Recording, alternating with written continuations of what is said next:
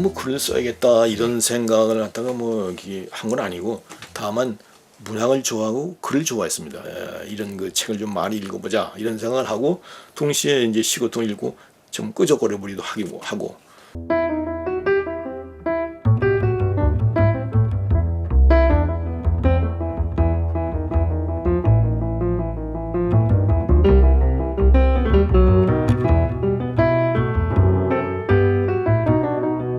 학교에서 낸 문학 잡지에 평을 쓰게 됐어요. 그리고 그 평을 읽은 여러 사람들이 자꾸 한번 원고를 써봐라, 평론을 써봐라. 그래가지고 이제 처음에 졸업하던 해 57년 7월호에 불모의 도식이라고 해가지고 그 해 상반기에 나온 시를 갖다가 비평하는 말하자면 그런 반연간평 비슷한 걸 썼어요. 그랬더니 이제 나중에 그쪽에서 계속 뭐 에세이 같은 거 써라. 그래가지고 이제 또 가을에는 언어의 유곡이라고 하는 그러한 또 에세이를 쓴 적이 있죠. 그러다 보니까 여기저기서 이제 쓰라고 그래가지고 많은 평론을 시작했습니다. 책이 어디 있는지 모르는 경우가 많아요. 내가 최근에 산 게 이 책이거든요. 최근에 산 게 이게 교보에서 며칠 전에 샀으니까 아직 읽어보질 못했으니까. 근데 지금 사실 책을 사지 말아야 되는데 그래도 말도 책을 보면은 야 이거 읽어둬야지 그래가지고 사는데 읽지를 못해요. 서문을 읽었어요. 서문 읽었기 때문에 연필로 이렇게 해놨는데 본문을 읽어보질 못한 거고. 연필로 해놓으신 부분은 왜? 그건 이제 말하자면 가장 중요한 대목이기 때문에 나중에 뭘 찾아보더라도 눈에 띄도록 하는 거죠. 근데 지금은 사실 필요 없는 것이 다시 찾아보게 되질 않아요. 이게 습관이에요. 그냥 젊을 적에 그래 왔으니까 연필 들고 안다라잉 치고 그리고 이제 본다 그러지만 본문도 다 보지는 못하는 거죠.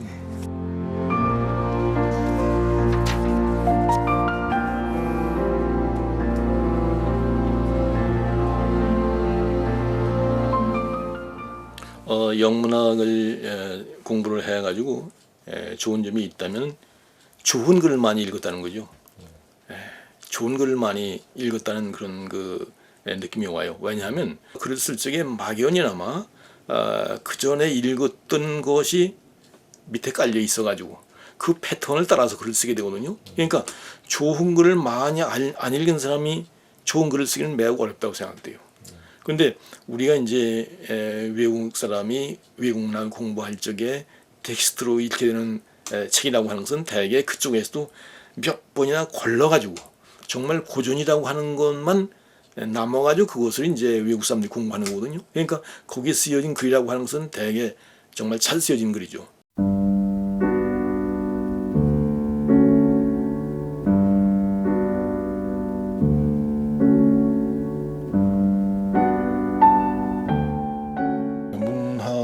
변화라고 하는 것은 뭐 항상 좋은 작가가 그 세대에 좋은 작가가 있는 법입니다. 그럼 50년대 작가를 지금 읽어보면 상당히 요즘 속된 말로 해서 구닥다리예요. 그러나 50년대에 나온 손창섭이나 이런 사람은 요새 작가와 비교해보면 조금 예스럽긴 하지만 그 나름대로 자기 세계를 가지고 있는 훌륭한 작가거든요. 또 60년대 김송희 같은 사람은 살아있고 그 후에 소설 쓰지 않았지만 김송희 단편은 역시 60년대를 대표하고 또 우리 문학의 대표가 될 수 있는 그런 좋은 작품이거든요. 그런 의미에서 문학이 전체로 향상한다고 하는 것은 일반적인 수준의 얘기고 그 시대마다 그 시대를 대표하는 작가들의 작품이라는 거 하는 것은 다 그 나름의 문학성과 시대적인 의미를 가지고 있는 거죠.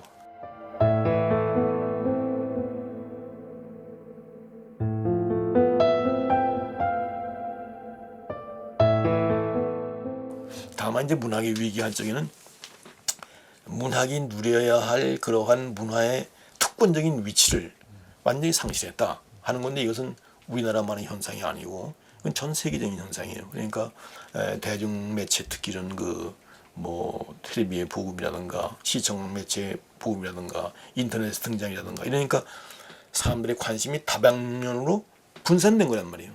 옛날에 1960년대만 하더라도 신문에 문화명이라고 하는 것은 문학이 독점을 했어요. 영화도 없고 연극도 없었어요. 근데 지금은 영화, 연극 이런 것이 더 많은 시민을 차지하잖아요. 그러니까 문학인의 입장에서는 문학의 위기다 그러지만은 저는 뭐 그렇게 보지는 않고 소수의 문화 향수층 가운데서 그 문학을 관심을 가지고 추구하는 문학 향수장이 상대적으로 비율적으로 좁아들었다. 거기에서 이제 문학인들이 문학의 위기를 느끼는 것이다. 그렇게 생각을 하고 있어요. 작품이 팔리건 안 팔리건 또 작품의 독자가 많거나 많지 않건 자기는 이 길을 택해가지고 이걸 하지 않고서는 내 삶의 필연성을 갖다가 건설할 수 없다. 이런 생각을 가진 사람들이 계속적으로 정진하다 보면 거기서 좋은 작품이 나오고 좋은 작품이 나오면 언젠가는 또 많은 독자들이 따라오게 마련이다. 그렇게 생각을 해야 할 것 같아요. 네.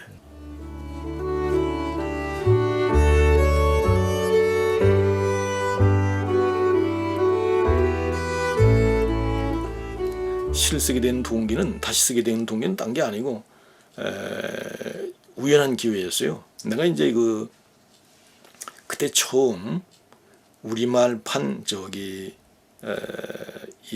워드프로세스를 장만했어요. 한문판을 이렇게 이제 연습을 하다가 이것저것 이제 문구를 적어보기도 하랬거든요. 거기다가 이제 며칠씩 적어보니까 시 비슷하게 써보니까 재미가 있어요. 그래가지고 이제 한 겨울 방학 동안에 이거도 익히면서 우리말 타자도 익히면서 한 30편 정도를 갖다가 이제 막 적어봤죠.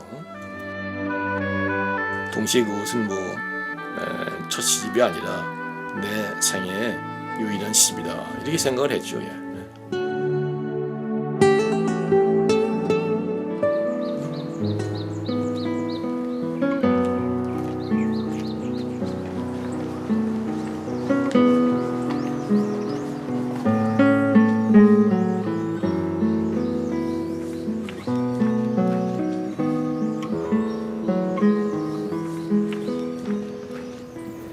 어떤 그렇게 가르치는 문명이 있는데 인간의 수명이 80살, 100살 하는 나이로 정해진 것이 아니라 횟수로 정해진 것이 아니라 호흡수로 정해져 있다는 거죠.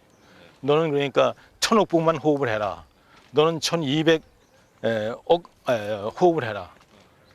그러니까 그 얘기는 자기가 부여받은 호흡을 갖다가 빨리 해치우면 빨리 간다는 얘기거든요.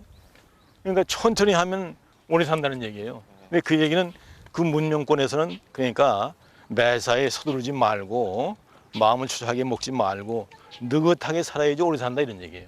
그렇죠? 그런데 그 말이 일리가 있는 걸 거예요. 호흡을 갖다가 천천히 하는 게 좋다.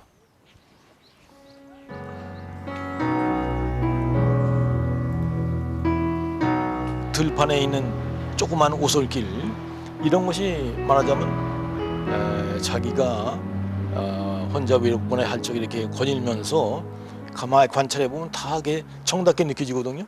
근데 그런 것을 이제 넓은 힘의 사랑이라고 할 때 사랑이라고 하는 것을 뭐 이렇게 너무 좁게 생각하지 말고 넓게 생각할 적에 참 이 세상에는 자연의 사랑도 있고 사랑할 것이 많이 있죠. 그러니까.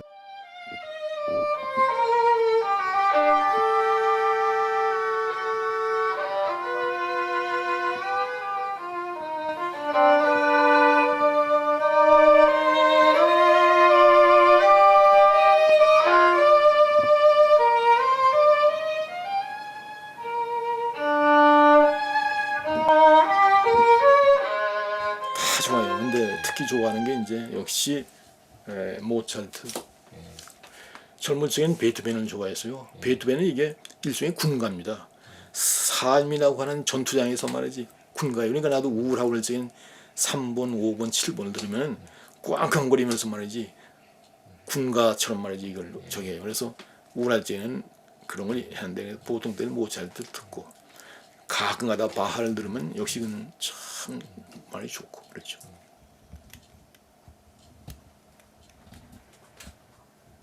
근데 왜 아무것도 안 쓰시는데 볼펜은 계속 많이 아니 쓰고 이게 있어요? 저기 본 하나 가지고 있어야 든든하잖아요. 평소 습관이세요? 예.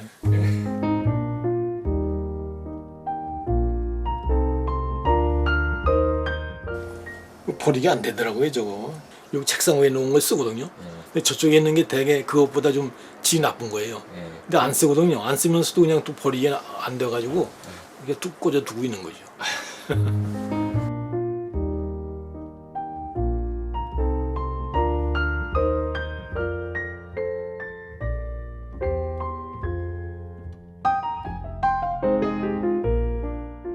우리가 어릴 적만 하더라도 이 놀이거리가 별로 없었어요. 말하자면 지금 아이들처럼 무슨 전자 게임 있는 것도 아니고 또 어디 놀러 갈 데가 있는 것도 아니고 그러니까 이 책 같은 것이 거의 유일한 놀이거리였다 그렇게 얘기할 수가 있죠.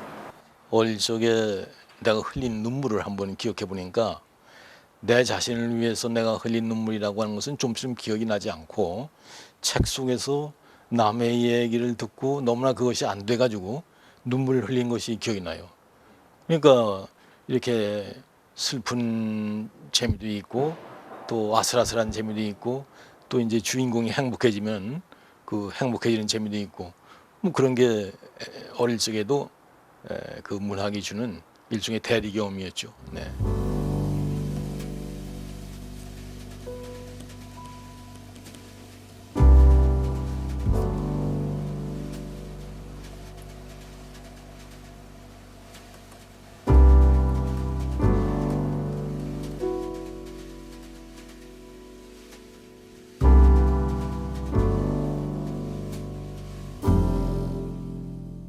예술이나 문학이 가지고 있는 힘이 하나는 우리에게 즐거움을 주는 동시에 인간을 갖다가 고양시키는 힘이 있다고 생각이 돼요. 고양시킨다고 하는 것은 우리를 우리의 현재 상태에서보다 또 올려놓는 거 그런 힘이 있기 때문에 결국 좋아하는 것인데 단 한마디로 어떤 삶에서의 중요한 단어를 들라 하는 것은 저기 좀 어렵고 제가 좋아하는 말은 그 예술이라고 하는 것이 행복의 약속이라고 하는 스탕달의 말을 좋아해요.